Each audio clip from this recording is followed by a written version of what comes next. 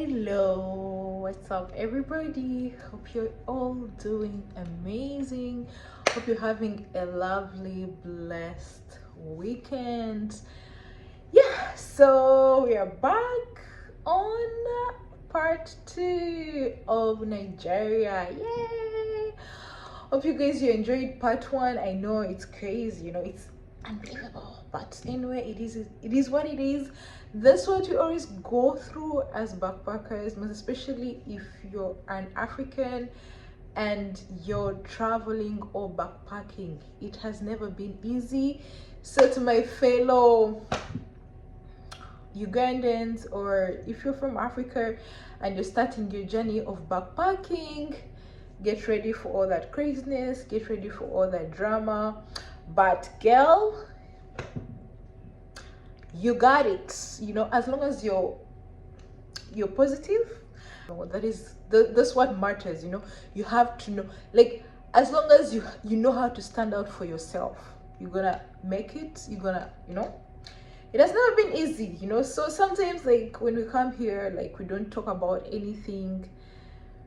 Don't think that everything is is perfect. No, we go through a lot, most especially if you're holding an African passport. It's crazy, it's insane, it's madness. That's how you get to know that you're like, what is happening in this world, what is going on, like, even I don't know how to explain it. If you're an African and you've traveled around Africa or anywhere in the world, I know you've experienced a lot of things, and you have a story to tell. Maybe one time, maybe 3 times or 4 times, but you have a story to tell. But anyway, it is what it is. So we are yet to go on part 2. I don't want to talk a lot. I want this video to be short. So part 2, guys, I ended up in jail in Nigeria. How did I end up in a jail in Nigeria? Guys, it's crazy. Anyway, I'm gonna be telling you how I ended up in jail in Nigeria. Stay tuned and watch this video till the end. So that was like my 3rd day in Nigeria, 3rd or 4th day in Nigeria. And after all the saga that had happened 3 days back, and then boom, another saga happens. I'm like, what is going on? Like, what is happening to me? Did I leave home without being anointed by the Holy Spirit? Like, oh, what is happening to me? Why is all these things happening to me? So when I was in Nigeria, so remember that I met with Sabbatical and we did some content and everything. So there is this one time I was like, you know what, I'm gonna go I'm gonna go and make some content, in the market, because on top of that, like, I wanted to see how markets are in Nigeria and everything. So for me, like, I was like, okay, I pulled up my camera and I ordered for Uber or Grab or whatever,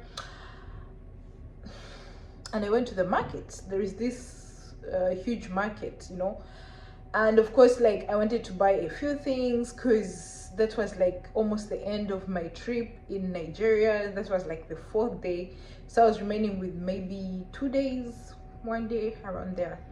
So I go to the market, and guys, it's crazy. So when like, when you're vlogging, you go to the market, you start vlogging, hey guys, what's up, you're talking to yourself. But to be honest, like, that day I was not recording anybody. I was recording myself. I was like holding the camera like this, and I remember by that time I didn't have a camera. I was using my phone, so I was holding my phone like this, trying to vlog, like, saying, like, how it is, and then by mistake, guys, I jump into a fight. I don't know why, like, but markets in Nigeria, people fight a lot. I don't know why people fight. Like, you can't walk for 5 minutes and you don't see a fight in Nigeria, in a market in Lagos. I don't know. I'm like, and the funny part, these were women who were fighting. So me, I didn't know anything. By mistake, I bumped, you know those things of recording, then you bump into something, you know. So out of the blue, like, even I didn't record anything. I didn't record them fight, because there were these two ladies who were fighting in the market, like real fighting, punching themselves, pulling their hairs, doing whatever. So out of the blue, I see this lady pulling my hair. She's like, why are you recording us? And then they were speaking their language. I'm like, lady, I didn't record you. I was recording myself. You can check my phone, you know. The lady pulled me. And then the other lady who were fighting, like the two ladies who were fighting, they all came to me to fight me, that I'm recording them. I was like, oh my God. So they started pulling my hair. I was like, you know what? I'm not gonna stand here, people fight me. I pulled their hair as well. Like, we started like a real fight. Like, they hit me on my back. I had to hit them again. So I was like, you know what? If you fight me, I'm gonna fight you, because I was not recording you. At that point, like, I didn't have anyone to save me, you know. I was alone and I had to fight back, you know. So so like, I think someone realized that I don't understand what they were saying, because they were speaking their language, you know. So me, I was speaking English. I was like, please, I was not recording you. You can check my phone. If you find any footage of yours, delete. And then maybe some guy, like, I think he understood what I was saying, and then he tried to come and save us. Bruh, and people were just in the market watching us. Can you imagine? People were just there standing, laughing. I'm like, what is happening in this market? Like, no, I was like, no one can even save me. I was like, that is crazy. So the guy came, and then after there is this market security officer. So he came for me, he picked me. Imagine, he picked me. He left the ladies behind. He only got me. Me. And then he took me to the market policeman. And then they locked me in a cell for like almost like 2 hours. Bruh, like, I didn't, like, imagine someone taking you to the police. They lock you into a cell for 2 hours. They didn't say anything. They, like, nothing. Later on, after 2 hours, this guy comes back with other 2 police officers, and then they open the nini, and then they put me in some, you know how they are, those market African police. So I sat down. The guy started interrogating me. He was, what is your name? I told him my name. I was like, where are you from? I was like, I'm from Uganda. And he's like, what are you doing in Nigeria? I'm like, I'm traveling. And he was like, I heard that you were recording people in the market. Why? I was like, no, I was not recording them. I was just recording myself. And then he's like, why were you recording yourself? Are you a spy? Why were you recording? Are you a spy? I'm like, no, I'm not a spy. I was recording myself, you know. And then he was like, who gave you authority to come to Nigeria and start recording? I was like, as a tourist, I was like, you mean as a tourist, I'm not supposed to take any picture or anything? And then it's like, no, not in the market. You go and take pictures or videos in the tourist things, you know? So I was like, what is happening here, you know? Guys, it's crazy. It's insane, you know? So, then he was like, do you know that I can take you to the main police station, and they jail you for like 2 years for that, because that is not allowed here in Nigeria. I can take you and they arrest you for 2 years, and you don't go back to Uganda.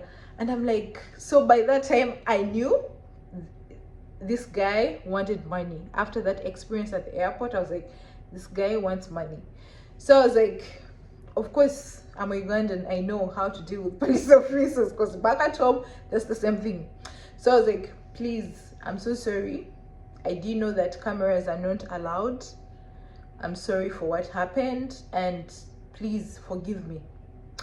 So I was like, it's my 3rd day in Nigeria, and I didn't know there were no signs at the airport that as a tourist you're not supposed to take pictures in the market, and I didn't see any signposts here saying that I'm not supposed to take pictures. So I'm very sorry, sir, and it won't happen again. And then he was like, let me see what you are recording.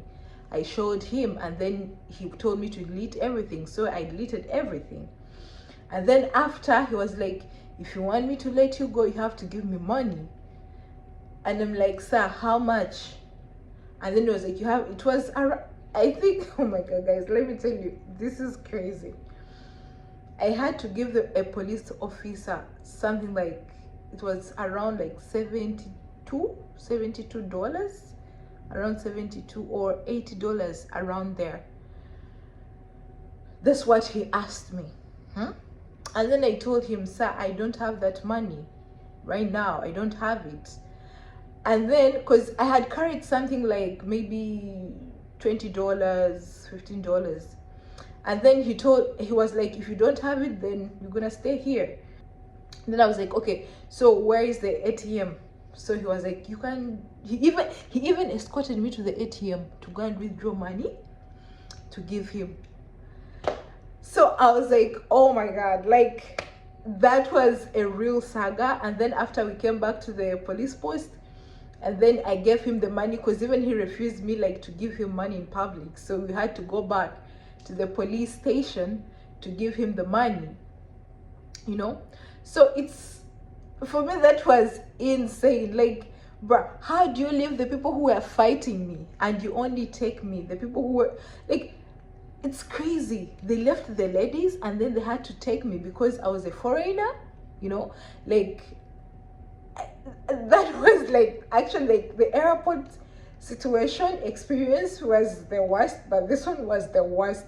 Imagine being beaten in the market in Nigeria, and then after you end up in a cell, like you end up in jail, you know, in jail. So I was there for like almost 3 hours, 2 hours of being in the cell, and then 1 hour of trying to negotiate of how I'm gonna pay.